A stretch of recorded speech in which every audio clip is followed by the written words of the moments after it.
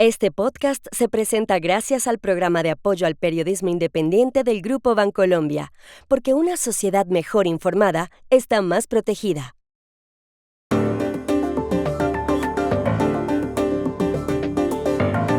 La Corte Suprema del Brasil decidió ayer enviar a juicio por tentativa de golpe de Estado al expresidente Jair Bolsonaro.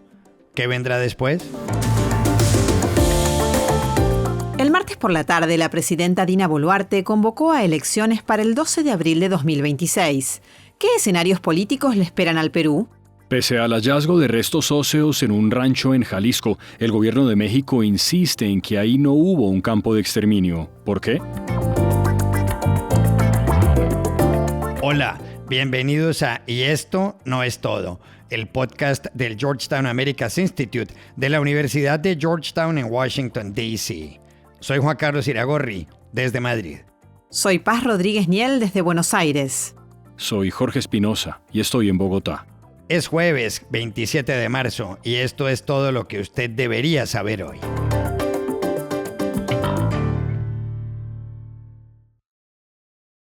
El Supremo Tribunal Federal del Brasil, que es la Corte Suprema de ese país, tomó ayer una decisión muy seria con respecto a Jair Bolsonaro, que ocupó la presidencia entre el 1 de enero de 2019 y el 1 de enero de 2023. Ocurrió en Brasilia, la capital. Los 5 magistrados del tribunal determinaron por unanimidad que Bolsonaro debe ir a juicio por tentativa de golpe de Estado. Los hechos se registraron una vez él perdió las elecciones de 2022 con Luiz Inácio Lula da Silva. Esto dijo ayer el magistrado instructor Alexandre de Moraes. Responsabilidade pelos atos lesivos à ordem democrática recai sobre organização criminosa liderada por Jair Messias Bolsonaro, baseada em projeto autoritário de poder, enraizada na própria estrutura do Estado e com forte influência de setores militares.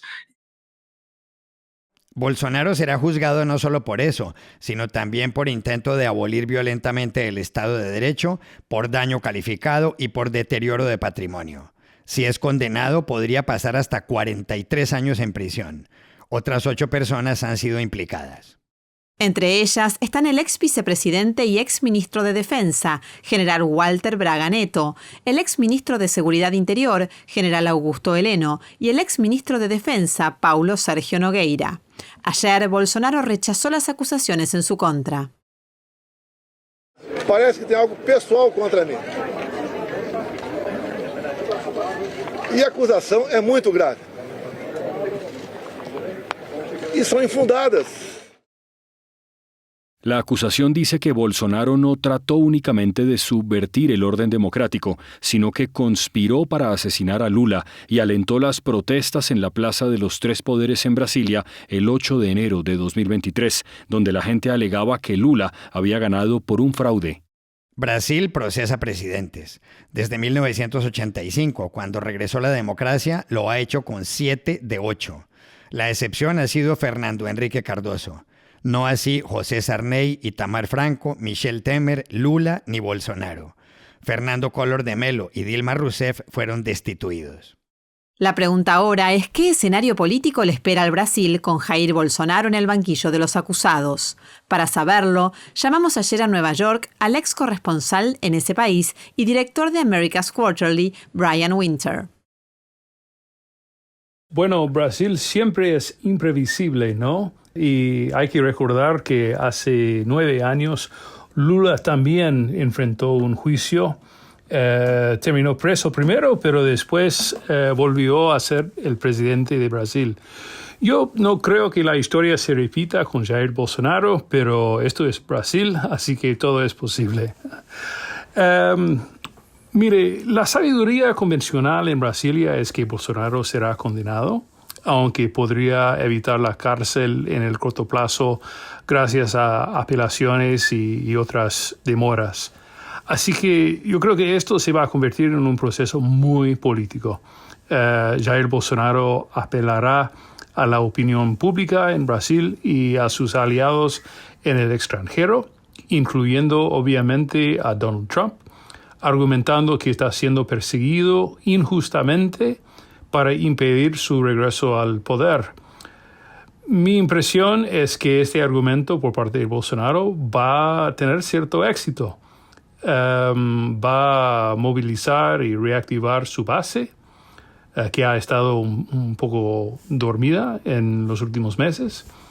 Y bueno, hay otros factores en Brasil. La economía no está muy bien. Hay tendencias generales que empujan al electorado brasileño hacia la derecha. Así que para las elecciones el año que viene, en el 2026, si Jair Bolsonaro no puede ser el candidato, y yo no espero que lo sea, entonces podría ser un miembro de su familia o tal vez otro aliado con buenas chances de ganar. Y también veremos un cierto, mucho apoyo por parte del presidente Trump, la posibilidad de herramientas económicas, sanciones o tal vez la herramienta favorita de Trump, los aranceles contra Brasil para tratar de apoyar a su viejo amigo Jair Bolsonaro.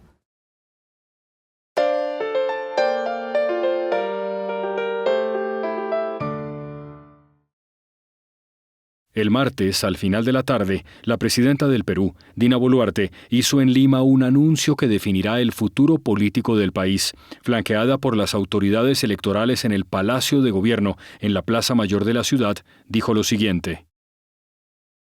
Hoy, cumpliendo con el mandato constitucional y legal, demostrando nuestro firme compromiso con la democracia y con la presencia acá de las autoridades que conforman el sistema electoral, convoco a elecciones generales para el 12 de abril del 2026. Dina Boluarte ocupa la presidencia desde el 7 de diciembre de 2022, cuando el presidente Pedro Castillo fue depuesto y apresado por haber tratado de cerrar el Congreso. Nada más posesionarse, ella prometió convocar elecciones en poco tiempo. Pero no fue así. Tan pronto él llegó al poder, hubo protestas en varios departamentos, como Arequipa, Ayacucho, Apurímac y Puno. Al mes siguiente, en enero de 2023, se trasladaron a la capital, en la denominada Toma de Lima. Vino la represión. Hubo más de 50 muertos. El gobierno de Dina Boluarte, alrededor del cual han estallado numerosos escándalos, es el peor valorado de América Latina. Su aprobación es de tan solo el 5%. ¿Qué efectos políticos tendrá ahora su convocatoria de elecciones? Llamamos ayer a Lima al conocido politólogo Gonzalo Banda. La convocatoria de elecciones se ha hecho faltando incluso varias semanas para que venza el plazo legal. Fundamentalmente creo porque la presidenta Boluarte está muy cuestionada por varias denuncias que la rodean. Entonces, esto ha permitido, digamos, distraer la atención pública para que se comience a hablar de lo que significaría el escenario político post-Dina Boluarte, ¿no? Y creo que ese ha sido el mensaje principal. Normalmente no se adelantan tanto las convocatorias de elecciones, se hacen dentro del cronograma.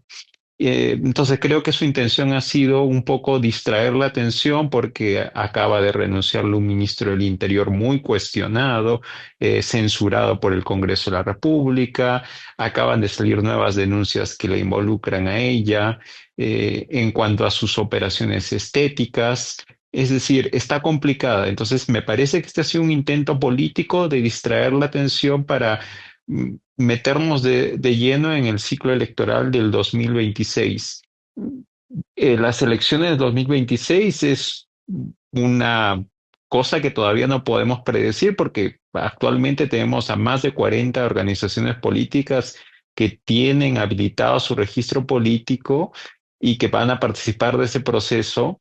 Todavía resta saber cuántas más podrían recibir este registro hasta el límite, que será más o menos las primeras semanas de abril.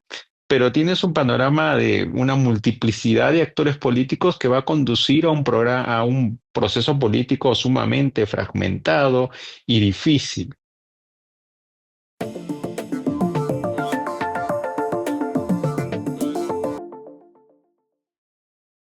Este podcast se presenta por cortesía de Movistar Empresas, el aliado que está transformando y potenciando negocios en toda Hispanoamérica con soluciones digitales en cloud, IoT, seguridad, conectividad, Big Data y advertising. Movistar Empresas, siempre el camino seguro. Y este podcast se presenta con el apoyo del Grupo Tecnoglass, el poder de la calidad. Diseñamos, fabricamos y comercializamos vidrios, ventanas y fachadas de calidad mundial. Más información en www.tecnoglass.com. En México sigue el debate por lo que pudo haber ocurrido en el llamado Rancho Izaguirre, una propiedad en Teuchitlán, a 60 kilómetros de Guadalajara. Esta ciudad es la capital de Jalisco, uno de los 32 estados del país, incluida Ciudad de México, la capital. Todo estalló el 8 de marzo, cuando el colectivo Guerreros Buscadores de Jalisco reveló que ahí dentro había más de 400 prendas, restos óseos de seres humanos y algunos hornos.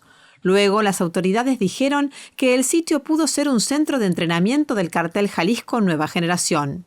Esto lo confirmó el lunes de esta semana el secretario de Seguridad, Omar García Harfuch. Fue en la conferencia mañanera, encabezada por la presidenta Claudia Sheinbaum. El secretario insistió, sin embargo, en que el Rancho Izaguirre no fue jamás un centro de exterminio. Sobre el predio, sobre el Rancho Izaguirre, también tenemos confirmado que era un centro de adiestramiento. Al momento, repito, no tenemos ningún indicio, y sé que la Fiscalía General de la República continúa con la investigación, pero nosotros como Secretaría de Seguridad y las áreas de investigación e inteligencia del Gabinete de Seguridad, no hay un indicio que haya sido un campo de exterminio, como lo mencionaron, sino un centro de adiestramiento. El problema no es menor para el gobierno.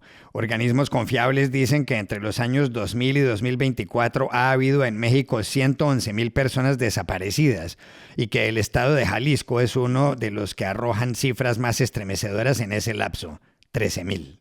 En las últimas horas, los fiscales anunciaron además la detención de un hombre llamado José Gregorio, a quien se le conoce por su alias de El Lastra y a quien identifican como el jefe de entrenamiento del cartel Jalisco Nueva Generación.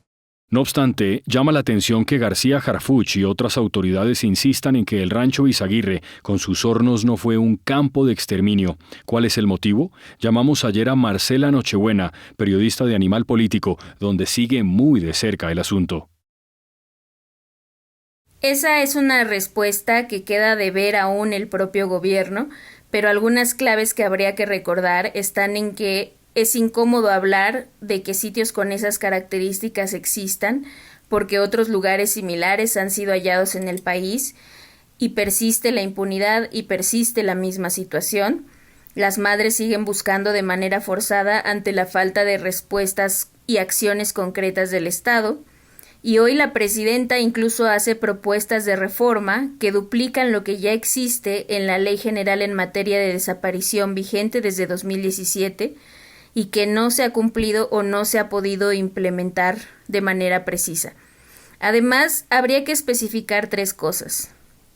Las madres y los colectivos que desde un principio tuvieron acceso a este rancho ya habían aclarado que no se trataba de ladrilleras o de estructuras enormes formales como las hemos conocido en campos de concentración tipo Auschwitz, sino fosas donde eventualmente se acumulaban y se incineraban los cuerpos. Por otro lado, el secretario de Seguridad ha admitido que se trataba de un lugar de reclutamiento y adiestramiento, donde se torturaba y se mataba, así lo dijo, y donde aún no se sabe cuántos habrían podido haber sido asesinados por fallas o por no seguir órdenes. Esto no se sabe porque la Fiscalía General de la República no ha atraído el caso por completo, teniendo todas las facultades para haberlo hecho desde mucho antes. Pero el fiscal general sí ha admitido que en el lugar había restos humanos. Entonces, si no se trata de exterminio, en el sentido tradicional que lo hemos comprendido o lo hemos visto reflejado, ¿qué palabra sería propicia para el horror que ellos mismos han admitido y descrito?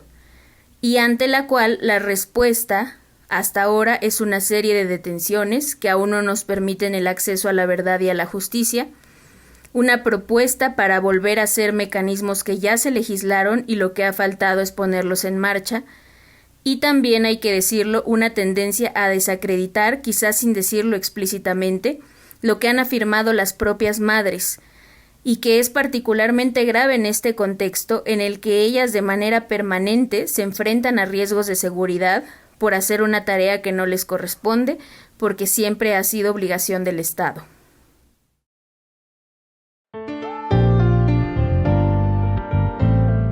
Y estas son otras cosas que usted también debería saber hoy.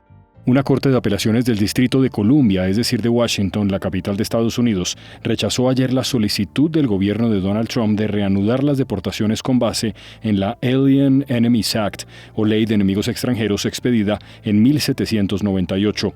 La corte argumentó que esa norma fue dictada para expulsar a invasores extranjeros y no para deportar a personas con antecedentes penales, como los miembros del Tren de Aragua, enviados recientemente a El Salvador. Donald Trump anunció ayer en la Casa Blanca que a partir del 2 de abril, fecha que él llama Liberation Day o Día de la Liberación, su país impondrá aranceles del 25% a todos los automóviles importados. And what we're going to be doing is a 25% tariff on all cars that are not made in the United States. If they're made in the United States, there's absolutely no tariff. Casi el 50% de los vehículos nuevos vendidos en 2024 en Estados Unidos llegaron de fuera. De México, las camionetas Ford y Toyota, y los automóviles Audi. De Canadá, carros populares como el Honda Civic. La natalidad decrece aquí en Colombia. Según acaba de informar el Departamento Administrativo Nacional de Estadísticas, el DANE, en 2024 nacieron 445.011 bebés. La cifra es llamativa porque desde que empezaron las estadísticas oficiales, hace 27 años, jamás había sido menor al 500.000. En la mayoría de los departamentos se registró el fenómeno y en Bogotá, la capital, el declive fue del 7,1% con respecto a 2023. De acuerdo con el censo, la población nacional es de 52,3 millones de habitantes. Y aquí termina Y esto no es todo, donde siempre habrá más. En la producción estuvo John F. Burnett. Pueden suscribirse a este podcast en nuestro sitio web yestonoestodo.georgetown.edu, seguirnos en nuestras cuentas de X y de Instagram, @yestonoestodo, y buscarnos en nuestro canal de YouTube. Gracias por oírnos. Chao. Hasta la próxima.